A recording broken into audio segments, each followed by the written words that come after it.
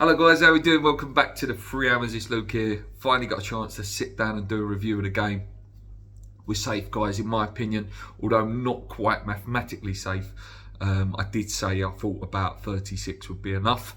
We're now on 37, I believe.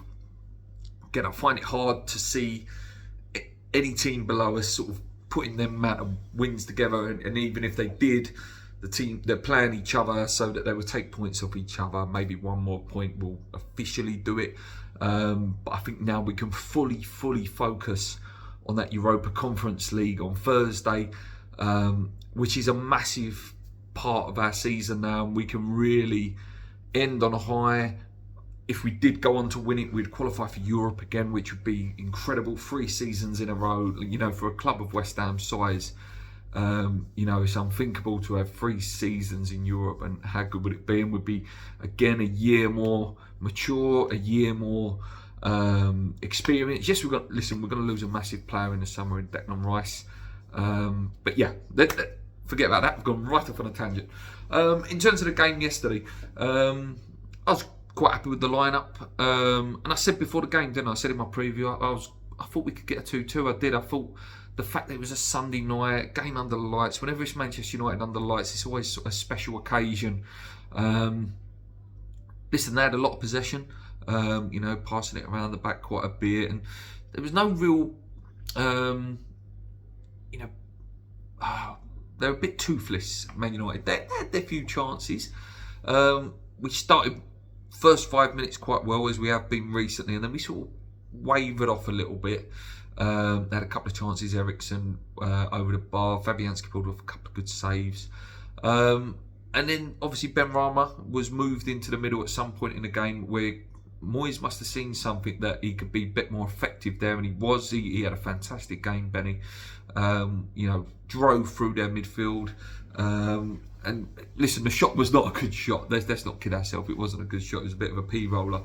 De Gea dives down.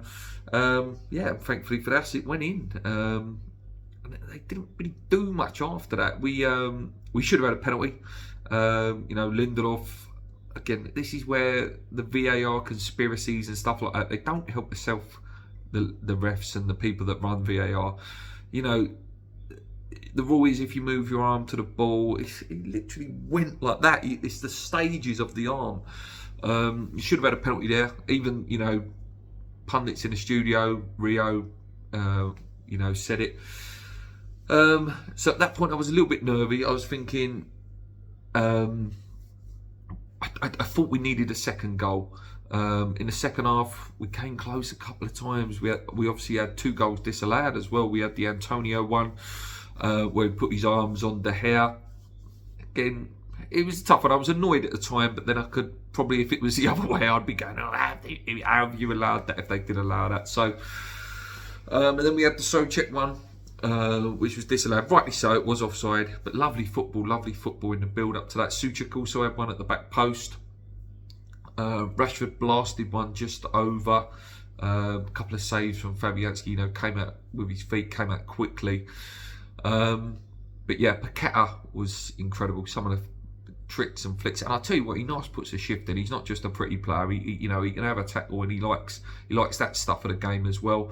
Declan Rice was incredible. Listen, what more can you say about this man? And I have been critical of him this year. I have, but he's picked up his game. He's picked up his leadership at the right time, and I would love nothing more than that man to lift the cup in the 5th of June or 6th of June, whatever the date is. If we did get there, it would just be such a fitting end to his West Ham career, if we did go on and win it.